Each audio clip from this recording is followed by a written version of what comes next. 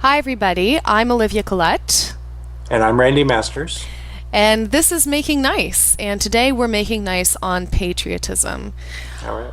I, I'm, I'm not a patriotic person, but I imagine that you are, Randy. I am very patriotic, and boy, what a day it was yesterday to be patriotic in America on the 4th of July with fireworks and parades and flags, and it was a grand day. All right. And why do you feel that patriotism is important? Well, it's part of our civic tie-in together as a society. America had a unique founding, and the documents that came out of that founding kind of knit us together instead of individual states into one united country. And as we forget those documents, or we forget the founders or the reasons that we came together, we run the risk of fragmenting into nationalism and ethnicities and tribalism. And so patriotism is one of the things that stitches us together, I think. All right. Well, And how about yourself? How do you feel about it? I feel bad for saying this, um, uh, because I'm not saying in a disrespectful way at all. But to me, patriotism is a long prayer to a false god. Mm. Tell me about that. Well, first of all, I think patriotism, like any form of nationalism, requires us to distinguish between us and them, and that necessarily engenders xenophobia. I think that because the term unpatriotic, for example, can be thrown around as an insult, what it necessarily does is that it creates these borders that we come to know as a national identity, and those borders, unfortunately, tend to limit progress because they're designed to have rigid restrictions and limitations, and you know, especially when it comes to a national identity, what's dangerous about those kinds of limitations and restrictions is not just the distinction between us and them, but also the way that we end up identifying as an antagonist to the collective us. Um, I find it doesn't actually progress. It doesn't actually help anything progress. You know, I mean, pride in your country is a beautiful idea, but it doesn't actually advance anything. It doesn't mean that you're a model citizen. And I think that should come first before pride in your country or in any country. And as part of the global village, it seems like a very which is a reality. I mean, you know, look at us right now. We're not from the same country. We're able to have this discussion. I know I've been criticized for talking about America because I'm Canadian, but the fact is, in today's reality, what happens in America affects a lot of countries. It especially affects the neighbor that lives upstairs, and while I might not know a lot of what happens in America as I think intimately as you might, or as a lot of people do in America, I do feel like what happens in America does affect me enough that, you know, I get to speak about it. I get to have an opinion about it, not just in terms of what's happening in America, but what happens here as well, and how it reflects what's happening here. I think patriotism doesn't negate global citizenship. I don't think of myself as a global citizen. I'm Hmm. a citizen of the United States of America. I am American, and but recognizing we are in a global society, but nations exist. We are countries. They are real physical things, and what defines a country if not its border and its culture and its traditions. And I think it's fine to celebrate those things. Yesterday in America, we celebrated 235 years as a country. Hmm. In that short time, and it is a very short time, when I've traveled in Europe or China, I've been aware of how short a period of time our country has been a country. Hmm.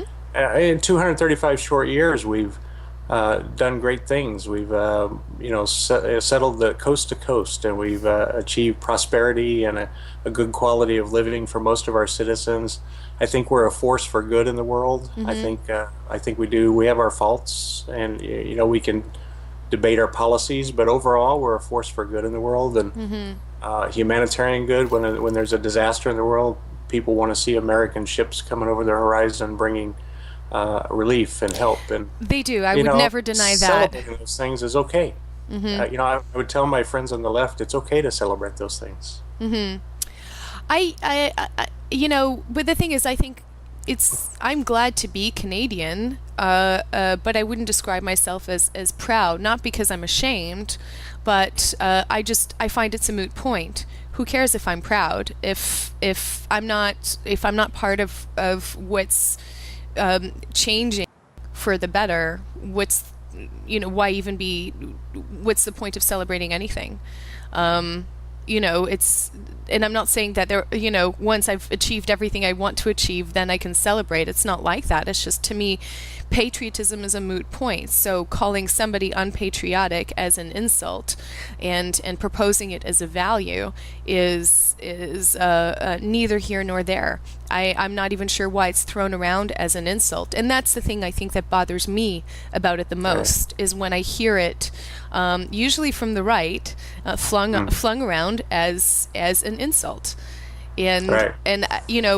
And that's uncalled for. I don't ever question anyone's patriotism. Mhm. I do make observations. I did observe this weekend when I looked at the Huffington Post, which I think of as a liberal voice. Mhm. There was nothing about the greatness of our nation. There was one story about the Declaration of Independence, and it was about how damaged a document it was because Mhm. of some perceived slight to Native Americans. But I went on NPR site and I listened to an audio reading of the Declaration of Independence, and wow, what a great document it is. And change for change's sake alone is not a value that I value. That document, 235 years old, is astounding. The way our founders thought the society that they created is worth celebrating. Mhm. And that's what patriotism is a recognition that they created a great thing, and that we need to keep that alive. But you mentioned this perceived slight of natives, and Mhm. I mean, that's another thing that I find is always a little problematic when it comes to Mhm. patriotism, because the idea behind patriotism again is to create a national identity, and the problem for me, as somebody who comes from a varied background, and that's the thing, we all do, and so the idea of national identity seems again like a moot point, because in North America especially, and in much of South America, we come from a background of immigration, of métissage, of colonies, and and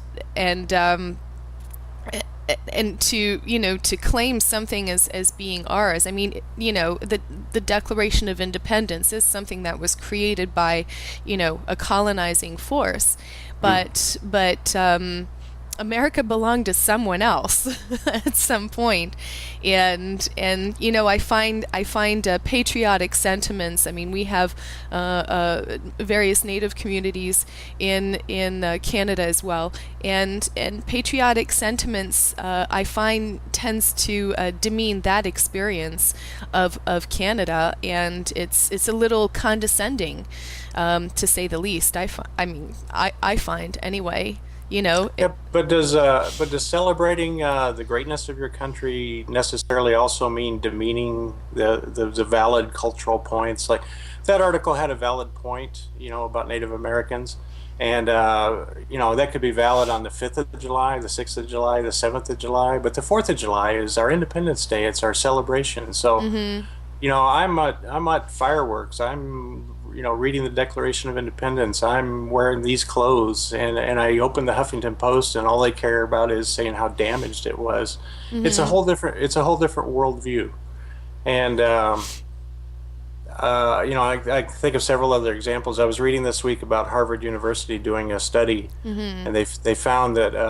Fourth of July parades were only meaningful to Republicans and not Democrats. Now, I don't necessarily agree with the study. I had plenty of Democrat friends at the fireworks last night, I'm sure. I think it Mm-hmm. said more about Harvard University's view of America than it did about, Democrats in general. But really, a Fourth of July parade only invigorates Republicans? How can that be? Mm-hmm. It's a great thing. I wish I could have been there with us last night at the fireworks. Well, I mean, we had some in Canada anyway, so I mean, I guess that makes up for it. But look, fireworks are one thing, but I think it's important to acknowledge that certain documents don't age well, and 235 years is a really, really long time. A lot has changed in 235 years, Mm. and to celebrate something that hasn't really changed in all that time, that hasn't been allowed to go through any sort of revisionism. I mean, yeah, I can see how that could be problematic for some people, and Yeah, I I think it's find. a great thing. I think it's what is it, the longest lasting current constitution there is right now. It's Mhm. because it is a great document by a brilliant group of founders, and they started with a unique idea: we the people.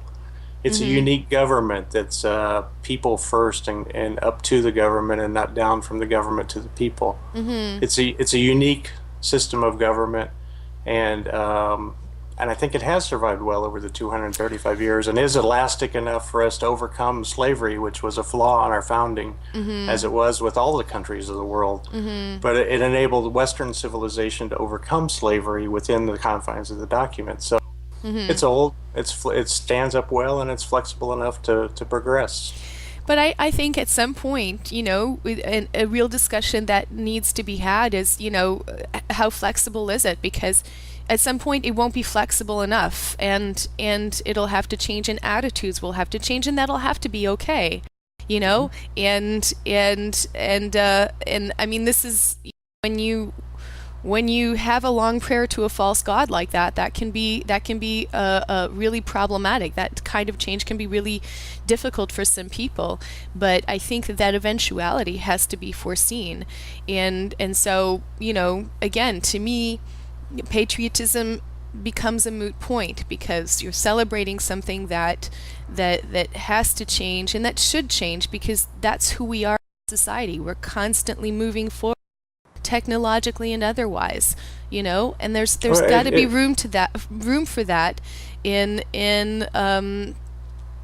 our values. And there's got to be room for that in the documents that we venerate. I agree with that, and it has been amended 20, what, 9 times. I won't get that number wrong. Somebody's going to correct me on that, but Which has to be applauded. It has to be at you least know, at it, least that at least there's an it open has a discussion. mechanism for amendment to go into the future. Mhm. What it celebrates is liberty, and Mhm. um, it ties us together as citizens. It gives military veterans, we served, we protected liberty, and we have a day to celebrate that, and that's a great thing. Mhm. Mhm. Um, you know, we talk a lot about society and civil society, and I think patriotism is one of the things that adds to civil society. Because last night got all of us out of our houses and all of us into the stadium and all of us to celebrate one unifying common thing, and that's freedom and liberty. And Mhm. that's a great thing for society and for our kids to have our kids there last night to see us Mhm. all celebrating. Sing the national anthem, do the Pledge of Allegiance, watch the flag get lowered, salute Mhm. the veterans. Those are all great things.